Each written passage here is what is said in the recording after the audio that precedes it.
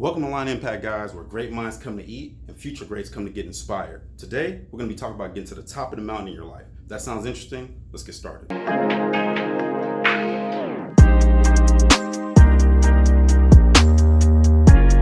All right, guys, so here's our mountain of success. Now, here's the thing. We want to get to the top of the mountain, but we don't just want to get to the top of the mountain. We want to get to the top of the mountain and stay there. So these are all the things that you're going to have to either overcome or strategize with before you can get to the top of that mountain. Now we've got 6 layers here, going all the way up. And at the very bottom of this layer here, we have your fundamentals. Now the fundamentals are the things, these are our pillars, so to speak. These are the things that we need to help us even see the top of the mountain. These are the things that are even holding that mountain together. So at the very bottom here, left corner, right corner, we have habits. Your habits are something that you have to be able to control, right? So if you have zero control of your habits, you have zero control of your future. So what are your habits, guys? What do you do whenever you get home? Do you get home and eat a slice of pizza and have a beer or have a Coke? Well, don't be surprised. A few weeks come down the line, you look down and you see a belly or a body that you don't really care for too much. Whatever you're doing today, you will definitely eat tomorrow. So now if you're coming home from work and you say, well, you know what, I had planned to already run a mile or whatever, and then after running your mile, you come and you read a self-help book, not a romance novel, but you read a book on how to do this, on how to do that, right? Educating yourself. Well, these are definitely going to be the things that help you get to level 2. Your habits are extremely important. We're going to talk more about this later, but if you concentrate on your habits, you'll take control of your life. So this is really important. Next up, guys, is your health. Your health is extremely important. Without health, you have nothing, guys. And I'm talking both physical and mental health. So let's take the Lamborghini example here. So let's say you had a Lamborghini, or you had whatever car, your dream car, whatever car that is that you have in mind. Let's say that you had that in your possessions. Would you pour Coca-Cola in the gas tank? No, you wouldn't, right? So why would you pour Coca-Cola inside of your gas tank, right? Because your Lamborghini is your body. You can't expect a Lamborghini or a Ferrari or whatever to perform as best as it can if you're pouring lemonade and Coca-Cola in the gas tank. Why would you expect for your body to run at full capacity and you're eating nothing but Domino's and drinking 7-Ups all day long? Now, I'm not saying you shouldn't, have your comfort food or whatever and do whatever you feel necessary, but what I am saying is to pay attention to your physical health and don't expect your body to do things for you that you've done things to your body first. So don't hurt your body and then get mad at it whenever it doesn't want to perform for you. Now let's talk about mental health. If you're around toxic people, that's going to stop you from getting to level 2 because you're stressed. Mental stress will break you down physically. Really important, guys. So if you have you're in a toxic relationship, I'm not telling you go leave your girl or leave your boyfriend, but what I am saying is to evaluate any toxic relationships, friendships that you may have, because they can definitely stop you from getting to level 2 simply because they're going to put wear and tear on your physical body. You're not going to be a happy person. These things get overlooked, but I want you guys to take a good look at them now. Once again, guys, without your health, you're not going anywhere. Even if you do have something, you can't enjoy it, you're sick, whether it's mentally or physically. So make sure you take care of your body, take care of your mind, so you can move to level 2. Moving on, we have vision here. Simply put, guys, without vision, you just don't know where you're going, right? If you were on an airplane and the pilot told you, hey guys, you know what, I don't know where I'm going, would you stay on that plane? You probably wouldn't, because that pilot has no direction, neither vision. Why should anyone in your life, whether you're a mother or a father, follow you and you don't have any vision? You don't have any direction. I wouldn't follow you. So make sure you have a vision as to what you want to do, who you want to be, and where you want to go. Really important, guys. Without it, you cannot see the top. That's why it's called vision, right? So it's really important to take some time out and just think, write it down. Where am I going here? What do I? When you wake up in the morning, look at the map to your life. Don't just wake up and go. I know so many of us, you hear that alarm go off and you just get up and you just go. Go, and where are you going? Make sure you know where you're going. It's really important to look at the map to your life before you get going. So that way you at least know what you're doing, where you're going, and if you're going the right direction. It would be unfortunate, guys, if you came a long way just to learn that you have went the wrong way. That happens a lot to people. So you want to make sure, guys, you have a vision and you're prepared to execute it. Last up here on our fundamentals of our little mountain here is mentality. What's your mentality? What do you believe about yourself? Do you believe that you can even get to the top? Because if you don't believe you can get to the top of the mountain in your life, then you're not going to get there. So what type of mentality do you have? I love to use the lion example, which you've probably heard before. Why is the lion the king of the jungle? Well, we all know it's because he's not the tallest. Giraffes are much taller, right? He's not the biggest. Elephants are a lot bigger. He's not the fastest. I think cheetahs go 75 miles per hour, right? So what makes him the king of the jungle? Not that he lives in the jungle, but what makes him the king of the jungle? Well, how did he get this reputation? And it has been said it's because of his mentality. See, when the lion sees the elephant, he doesn't think of the obstacles. He doesn't say, oh, the elephant's big, and if he kicked me, he'd break my jaw. The lion doesn't see any of that. He doesn't even think any of that. He looks at the elephant and he thinks one thing: lunch. I like to say he thinks one thing and he says, I'm gonna need a bigger plate. That's a big boy. I'm gonna need a bigger plate. He's good for about 1 week's worth of food. I'm gonna need a bigger plate and I'm gonna need a bigger bottle of A1 barbecue sauce. That's my thing. I'm gonna cover him in it because it's not a matter of if, it's a matter of when. That's the lion's mentality. It's already done. The second I have the vision for it, it's already done because my mentality pushes it. So moving on, guys, to level 2. Once we've got our fundamentals down here at level 1, we're solid. We can now approach level 2. Now, level 2 is a level of negativity. Once you have your vision, which could also be your dream, and you have the proper mentality, you're taking care of your diet, and you push all of that by having the right habits, we can now attack level 2. But now once you get to level 2, oh, those haters got to come out. He want to do what now? She wants to do what? Oh, no, she can't do that. He can't do that. When it comes to this section of level 2, guys, you have to be able to ignore these people. So we're going to start off with haters. Now, haters have a job. I want you to understand, guys, this is an occupation that you don't want, but it exists. Let's say, for example, now you cook a nice meal for your family, right?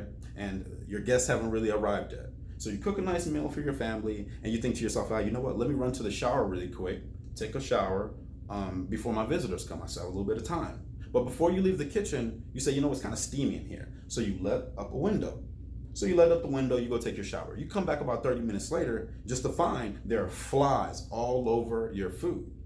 Now, do you blame the flies or do you blame yourself? See, the flies operated off of instinct. They probably smelled your food, saw a window open and went, oh, we done hit the lottery, right? So now don't be angry because you have allowed the flies to come in and rain on your parade, right? They have a job to do, much like the haters.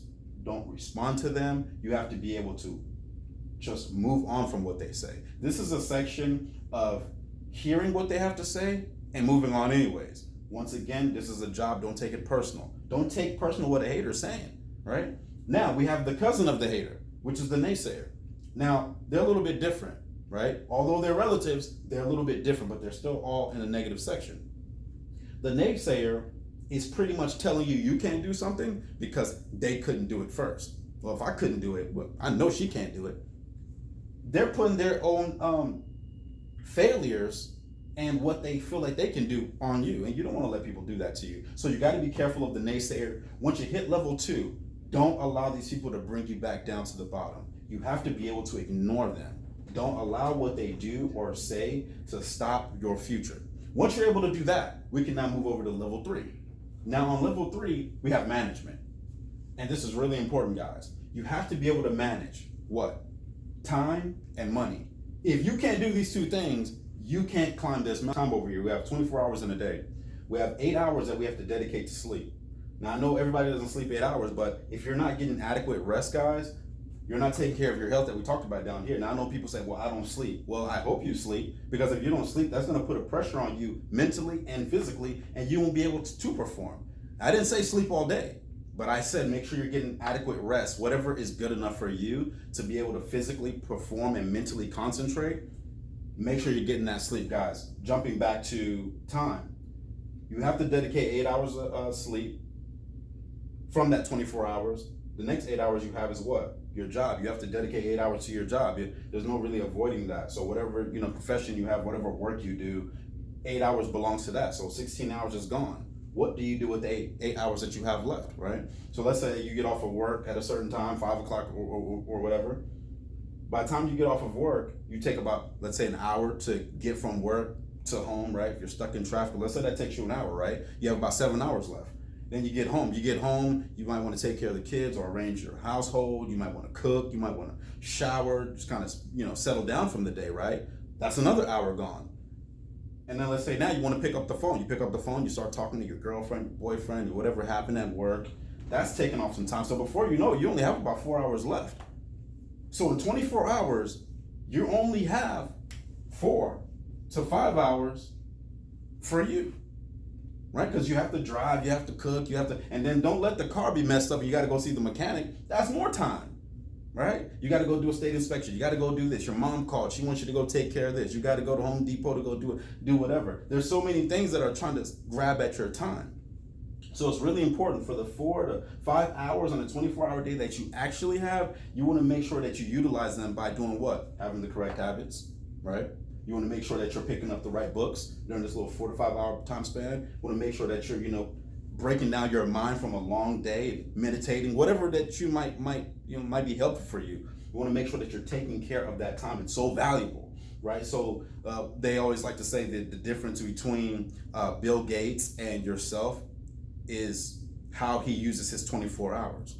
Everybody has the same amount of time, as you've probably heard before. It's about what you do with your time. Now, Bill Gates might have more time to himself because this 8 hours doesn't belong to someone else. This 8 hours at a job belongs to him. So now he's got a guaranteed 16, where a lot of us only have this 8 to work from. That's actually being cut by little chores and things that you have to do. So think of it as you only really have 4 to 5 hours in a day that are free for you. You really need to focus on those hours and what you do with that time. Moving over to money. You have to be able to manage your money, guys. As simple as not getting into debt, credit card debt, you have to be able to pay your bills, guys. There's really no easy way to say this, but it's simple. If you cannot control the dollars in your pocket, you cannot move up to level 4 because you are poor with your financial management. A good example that I want you guys to check out is the 70, 10, 10, and 10 theory. And this is what I use personally in my life that's really helped me, and it's by Jim Rohn. You can check that out on YouTube. I'll drop a link down there for you to check that out. But essentially what it's talking about is that when you get paid, you take 70% of your income and you use that to take care of the bulk of your bills, rent, etc., car insurance, right? Then you would take another 10% and you could give that to charity, a church if you're choosing, etc. Another 10% would be for a type of investment, right? So you can invest in a business plan that you might have, or whatever ideas that you might have. Is really just to invest in. And that third 10% would be letting someone else use your money to make more money. So if you give your money to the bank, I think it's called a CD. If you give your money to a bank, you're making money, I guess, little pennies, but you're making money by letting someone else hold your money. So now I'm not a professional at the 70, 10, 10, 10 theory. That's why I will definitely push you guys and advise you to check out Jim Rohn's theory. He's really good at that. And there's other ideas out there, but it's really just about getting control of your money and your finances so that way you can move up to level 4. Now, once we get to level 4, up here we have jobs and we have your coworkers. Now, with your coworkers, you spend more time at work than you do at home with your family. So you're here about 40 hours a week. You see these people a lot, which means that you can accidentally endorse their habits, their health, and their vision because you're with them so much.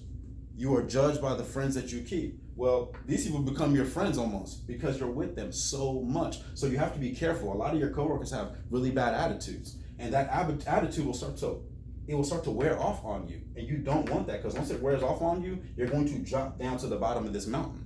So you want to make sure you concentrate on this 40 hours that you spend with these people. You spend a lot of time with these people and you'll start to act like them, talk like them, even walk like them. So you want to be careful. As a matter of fact, as you meet your coworkers, you start to become more friendlier with them than you do with the people that you actually call your friends in your personal life, because you are around them so much by force because you're always at work doing these 8.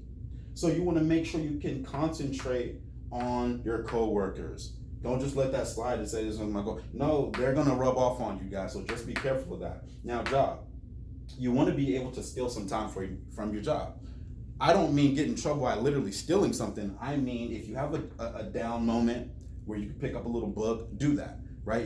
If you have a moment where you could just educate yourself on something, do that at work. If you have your 30-minute or hour break, instead of just talking to your coworker about whatever you saw on TMZ, why don't you pick up that book or use a computer and do a little bit of research? You have to be able to be disciplined and focused by the time you get to level 4. So if you can steal a little bit of time from this 8 hours, that'll help you here at this point.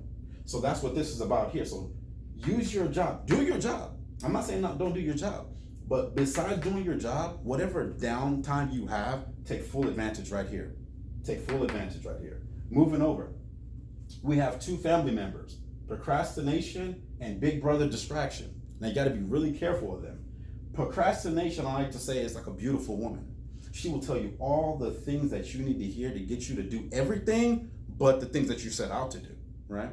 So if you had a mindset to say, for example, when I get home, I'm going to run. And by the time you get home, she starts knocking on your brain. You know what? You did a lot of walking at work today. I don't know if you really need to run. And besides, you didn't eat the pizza, right? You didn't they offered you pizza, they offered you Coke, and you said no. So I think that kind of equals things up. No, it doesn't. You need to keep to your promise and run. So you have to battle procrastination. And it is a battle, an everyday battle that will never stop. So you tell that beautiful woman, get on somewhere, okay? So moving down, procrastination has a big brother named distraction. And he has weapons, he has tools that he uses to distract you that you might not even be aware of. Social media being one of them. Now, unless you're watching Lion Impact, this is a distraction.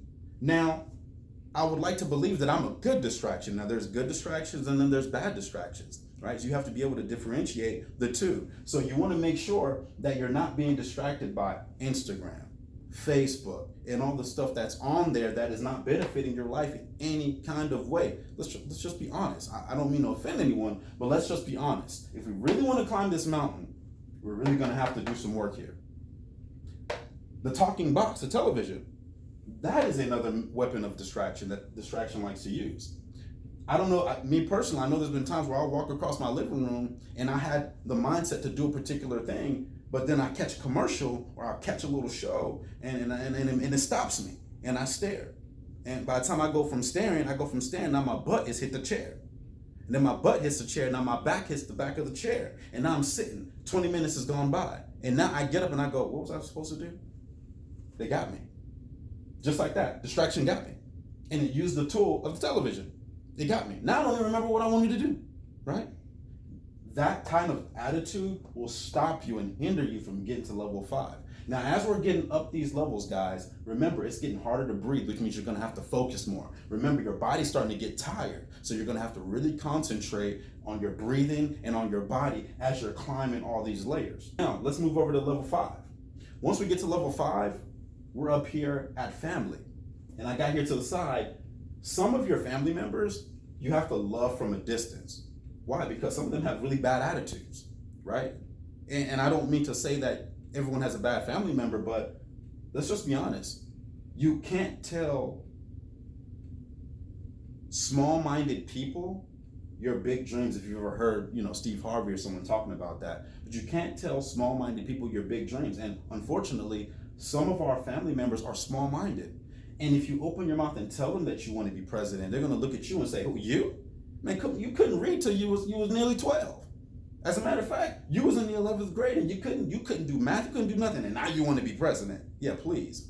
Because of who you used to be, they can't envision and imagine who you're going to be. So you got to keep them out of the loop by loving them from a distance. Moving on, we have friends over here. Your friends, now this is a bit tricky because sometimes they have good intentions for you, but they're not going in the direction that you're going. So let's say a group of your friends say, "Hey man, we're going to go to Las Vegas." You have to be able to discipline yourself to say, "No, this is not the way to Las Vegas. The top is not the way to Las Vegas. Las Vegas is in the direction of distraction."